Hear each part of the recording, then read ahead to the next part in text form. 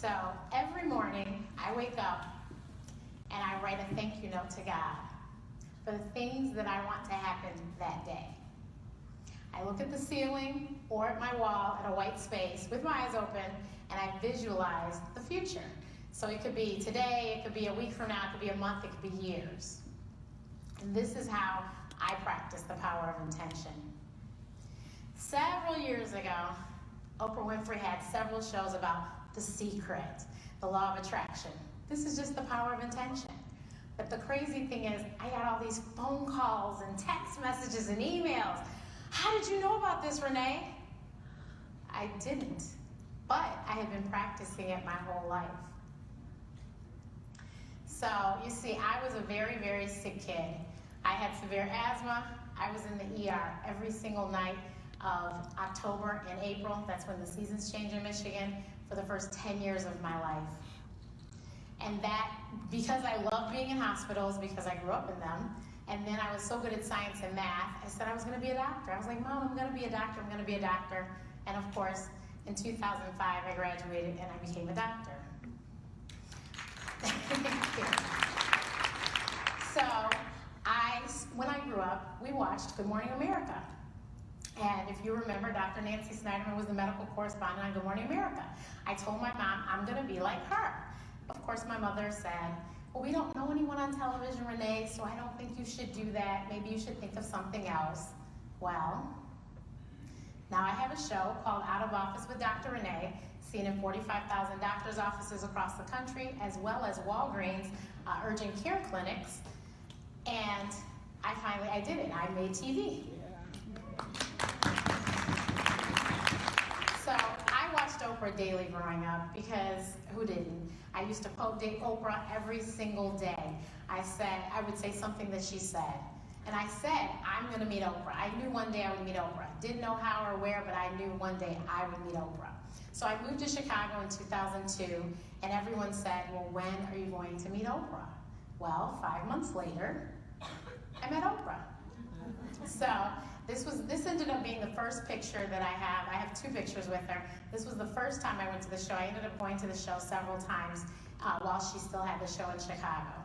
So I rehearsed what I was going to say to her, of course, with my sister, and we went over it, and sure enough, her audience person said, if you want to say something to Oprah, as soon as you see after show on the logo appear on the screen, stand up. So I stood up, and I said exactly what I rehearsed, and she let me come down. I sat next to her. I had an entire segment. She talked to me about medical school. So when I watched the video, we noticed I left out one very important detail. I never told her my name. So in the rehearsals, apparently, we forgot that part. So in my mind, I didn't tell anyone else, but in my mind, I knew I was going to do this again because I had to tell her my name. So a few years later, I went back after losing 50 pounds, and she said, you know, you can speak, and I told her. I said, actually, that I'd forgotten to tell her my name, and I told her I'd lost 50 pounds. I asked her, could we have an after picture, and she said yes.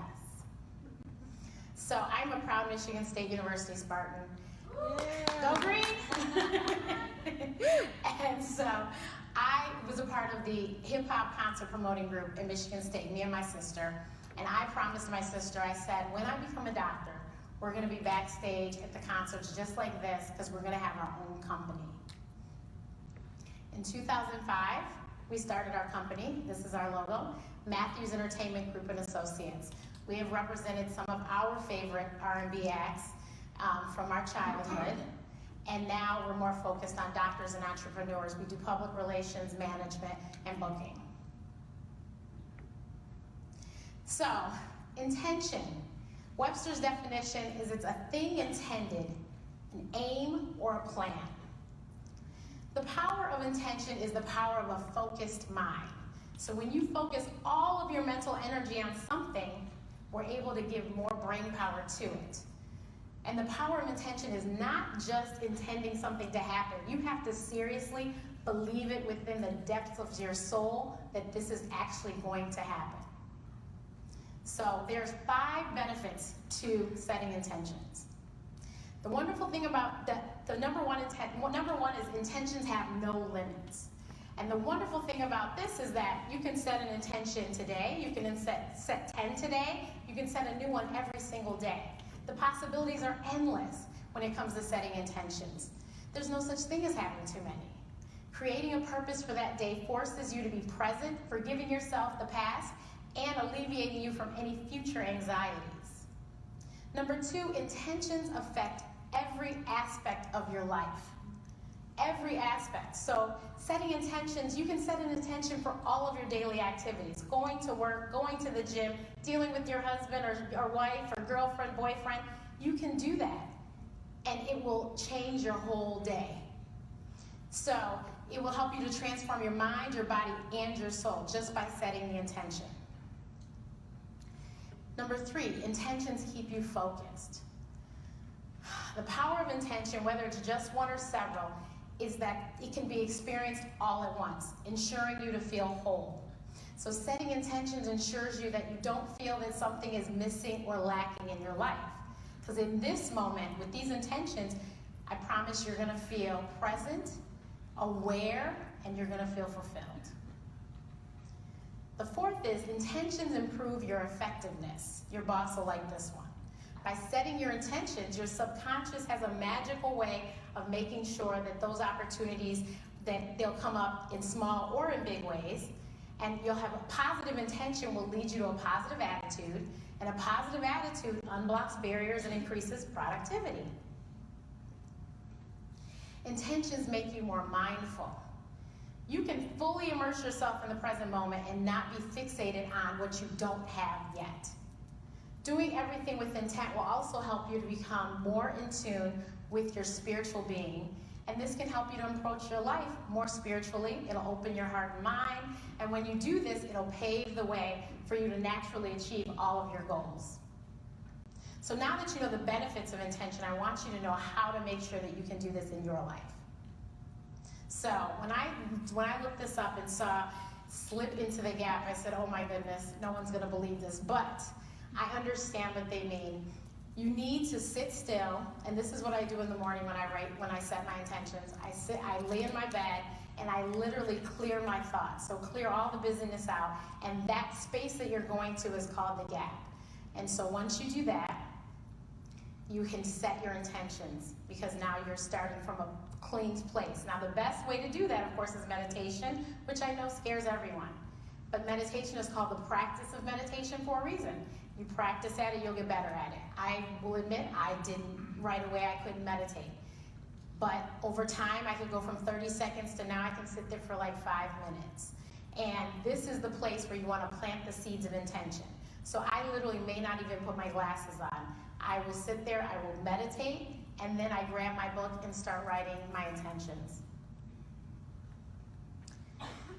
Release your intentions and your desires. So once you've established a state of restful awareness, you have to release your intentions. This is very difficult for many, including me. So once you set the intention, you have to let it go. You just have to let it go and continue in the process, and just know that it's going to happen, but just don't think about it anymore. Just let it go. Remain centered in a state of restful awareness. Now, this can be very difficult, especially if you decide to share with people your intentions. There's going to be the naysayers and the critics and everyone who says that's far-fetched, but you have to believe within, like I said, the depths of your soul that it's going to come to be. Now, you may not know when or where, but you have to believe. And as long as you believe, it will happen, but you have to stay centered and focused. You can't let all of that extra noise deter you. Detach from the outcome. Now, this can be very difficult too. I still struggle with this. You want something to be the way that you want it to be, but if you detach yourself from the outcome, you would be amazed all of the crazy things that could happen. Just like I knew that I wanted to meet Oprah, I didn't know I would get one picture with her, let alone 2, because I detached myself from the outcome. I said I knew that I wanted to meet her, and I didn't know how it would happen or when it would happen, but I was prepared. Now, I did vision boards. I'm sure everyone does vision boards. I've only done 2. I did one vision board probably 10 years ago, and I did one last year. But the first one I did, I had on and I wanted to be in Essence magazine. Now, if I hadn't let it go and just detached myself from the outcome, I would have been laser focused on Essence magazine. So when the opportunity came for Ebony, I would have missed it.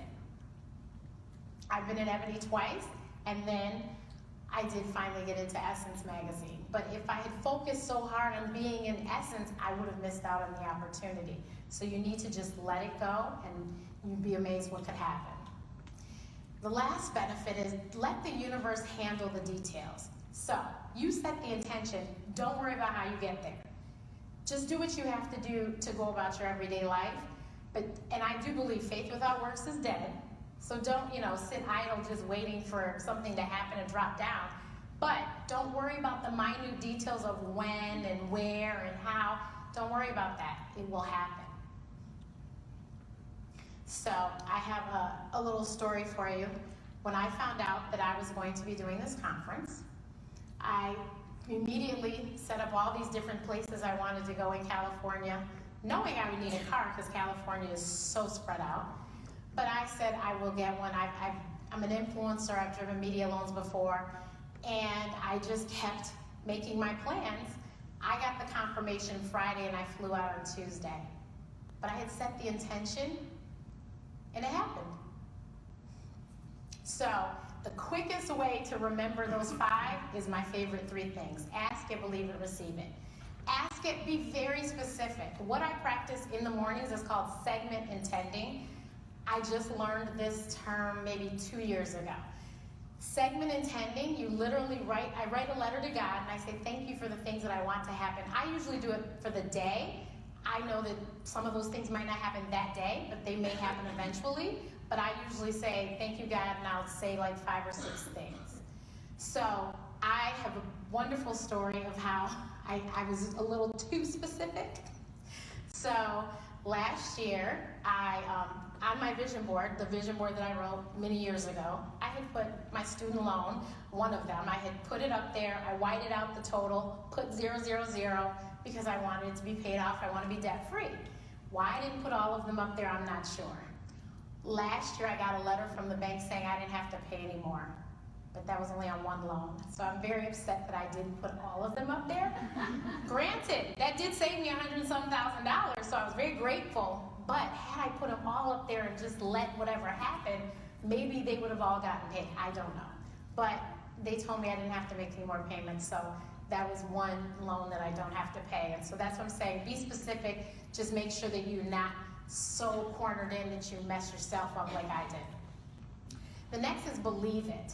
You need, like I said, to believe with everything in your body it's going to happen. So earlier this year I lost a client. That was $9,000 of my income. And I didn't worry about it because I believed. I had written in my segment intending every day I was writing payday, and every day payday was happening. I would find $5, $10 would show up. Well, one of my streams of income mailed me a $10,000 check. Didn't I tell you the $9,000 would show up? It showed up.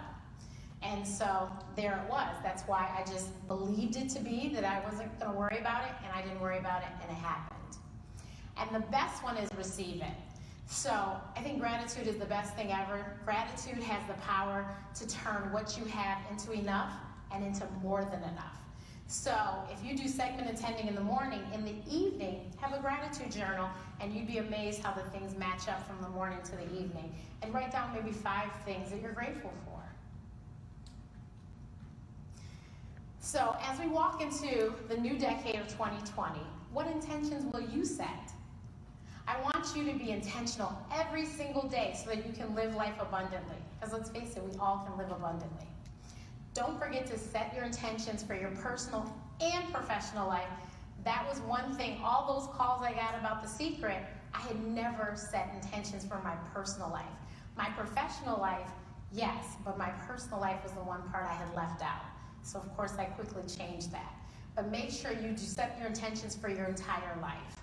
And why not adopt a new way of thinking for the new decade and attack each day with intention instead of just letting things happen to you? I know people think the power of intention, law of attraction are just words in a book, but I promise that if you change your thinking to gratitude and positivity, you will notice you can manifest great things in your life. Now, I would be the first to admit, I know negative thoughts can sometimes creep in there, but do your best to make it extremely brief, because you don't want to tell the universe you want more of that. You want to tell the universe you want more positive things. So there's 15 days left in 2019, so you can start setting your intentions right now, and you can make this next decade the best decade, your most intentional and abundant decade, or you can finish out 2019 and make it even superb. 15 days is a lot of time.